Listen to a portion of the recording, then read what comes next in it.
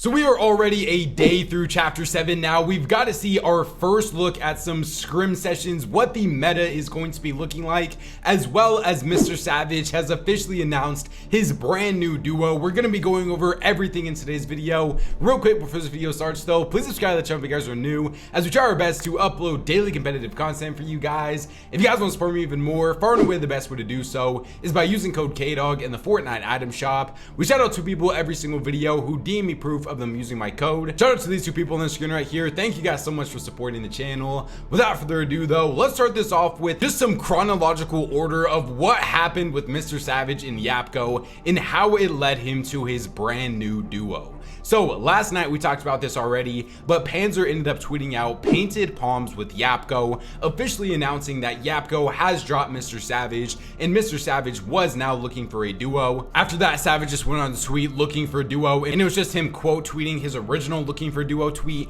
that said he can play on either EU or NA, he can IGL or frag, doesn't matter, and also that he outplays Peter and Clix at globals. Savage also leaked a screenshot of him and Yapco's actual messages, and Yapco literally only said, "Yo, I'm gonna play with Panzer, good luck." And like when you look through their messages on Discord here, it seems like they barely ever even talk together. And even when they did, Yapco was like barely responding. It seemed like Yapco didn't even really want to play with Savage to begin with. And there was no like explanation on why Yapco was doing it. He straight up just said he's playing with Panzer, good luck, and literally dropped him the day that chapter 7 came out. My reasoning yesterday was for it. I mean, it does make sense. Panzer and Yapco just placed top 3 at globals together. They have all of that experience playing together, and they know that they can compete at the highest level, so it makes sense. And then just a couple hours later, MrSavage announced that his official duo is now going to be Tayson. He just tweeted out MrSavage x Tayson duo FNCS 2026, the 5-time FNCS champion, one of the greatest players of all time. I don't know how many of you guys remember, but Savage and Tayson did end up playing one of the Phil duo cash cups together one week when MrStash wasn't able to play and Tayson and MrStash were originally a duo. They were able to make the finals, didn't necessarily do the greatest in the finals, but when you scroll through the replies on this tweet, pretty much everybody is just saying, I give it 10 days before he drops you, 5 days until it splits, give this duo 1 week until one of them snakes. What are my initial thoughts on this team right here?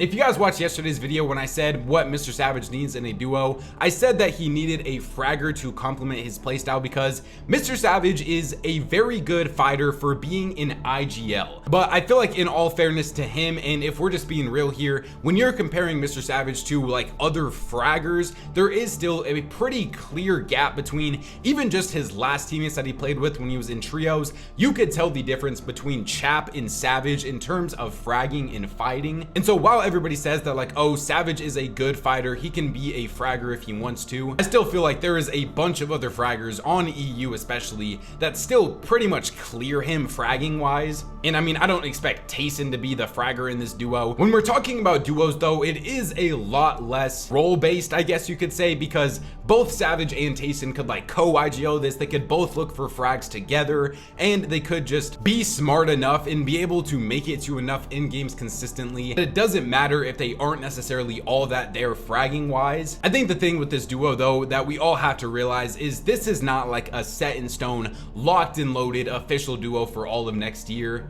I would not be surprised at all if they just had like a rough week or two, if they already decided to split up after that. I don't think Tayson's gonna have any loyalty to playing with Savage. He hasn't even retweeted Savage's tweet or anything, and we all know Tayson doesn't really like playing on stream already in general. So if there is a fragger that opens up for Tayson to play with, he's probably gonna take that opportunity, leave Savage, and it's gonna leave Savage duo list once again. Do I even like Savage and Tayson better than I like Savage and Yapco? As of now, just off of my first thoughts on him, probably not, no. I feel like Savage still wanted to pick up a tier 1 option, and he didn't want to just go the straight underrated route and then people think that he's not good enough to play with anymore. And so even though it's not necessarily the best fit, him and Tayson are going to be trying out at least, and I'm glad that he still has good options, because even though I haven't always been like the highest on Tayson, I still think he is a very good and capable player. Do I think this team right here is an FNCS winning team?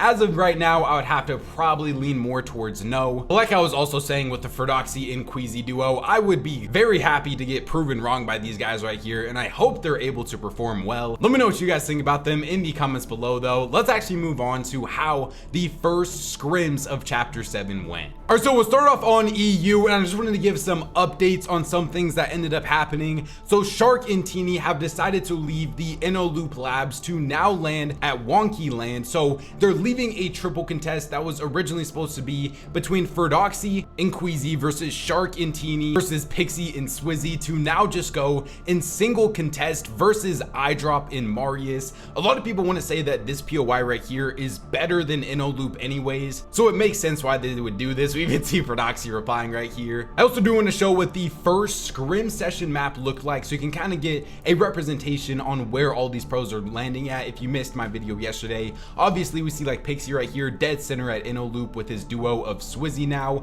Eyedrop and Marius over here. This is where Vino and Cold are going to be landing at on NA. If you guys are wondering, did Cold end up playing EU scrims? I mean, do I even have to answer that question right there? Vino is also going to have to be in EU until January, so he's still going to be playing NA tournaments with Cold. He's just going to be on high ping, but at the same time, he's going to be playing some EU tournaments as well and still landing at this drop spot. We see Panzer and Yapco over here. This is Shark. I'm not really sure why he's marked over here because he's supposed to be moving over here with Teeny. We might be finally getting the confirmation of where Vico and Malibuca are going to be landing at. We originally were supposed to just have Sky and Scroll versus Darm and Demus, but Malibuca and Vico also pulling up to this spot now as well. Seti's over here, Focus and Thomas HD right here, Flixie and Chap still fully uncon, Cammy uncon over here. EU unfortunately doesn't have a scrim leaderboard. They kind of just run the games. My main takeaway from this scrim sessions that I watched though was the rotation is really rough. There really isn't that much rotation on this map at all right now, but I'm still as high as ever on all of the other duos that I have seen.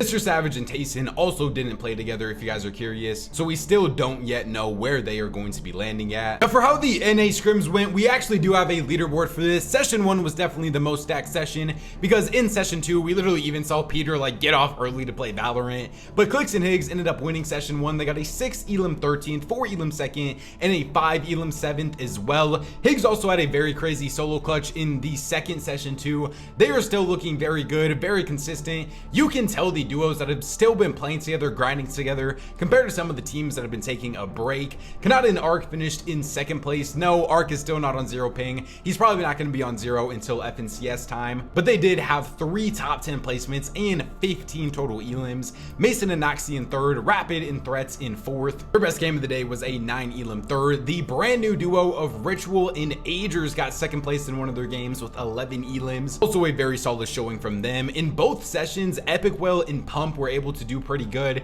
They won a game in the first session and placed like multiple top 5s in the second session. Not the craziest day from Josh and Yamzo, just a decently solid day from them. This was one of the duos that I was very curious on how good they would still look in a lobby that actually has all of our big name teams, because in the Simpsons season they weren't playing against the greatest competition if we're just being honest. Rise and G Money finished in 31st. Muzz and Queasy played this because Reet wasn't able to play. Pollo and Peter didn't make a single end game today in either one of these sessions, I'm pretty sure, for session 1 and session 2. I'm gonna be honest, I didn't even take the time to watch session 3 because I just figured so many of the big name pros weren't even gonna play it. But we did get to see fights between Peter and Pollo versus Cooper and Sphinx, and that was like the first big heavyweight fight that we got to see, and this is how that ended up going.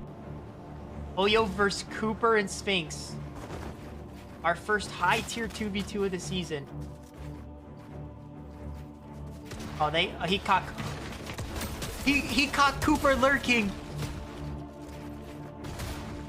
Oh my god. Oh my god. He did it to both of them.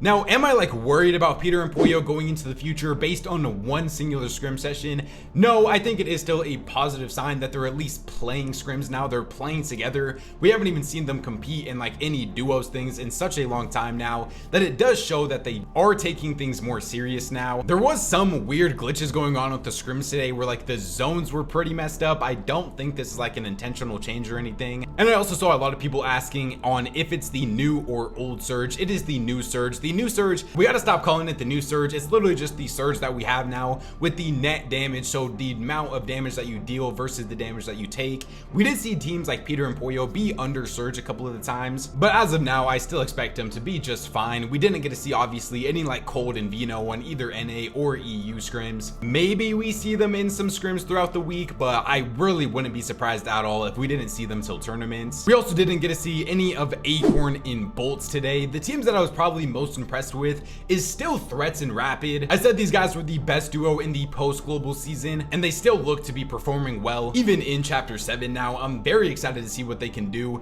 and I'm interested if they can maybe be our first like surprising FNCS winners that we've had in a while. But yeah, other than that though, let me know what you guys think about everything we went over in the comment section down below. Are you guys worried about Peter and Pollo? What do you think about MrSavage's duo? Please subscribe to the channel if you guys are new, as we try our best to upload daily competitive content for you guys. If you guys want to support me even more, far and away the best way to do so is by using code KDOG in the Fortnite item shop. YouTube says enjoy one of these two videos up on the screen right now, so go check them out if you guys haven't already. Thank God for another day, and I'll catch you guys next time.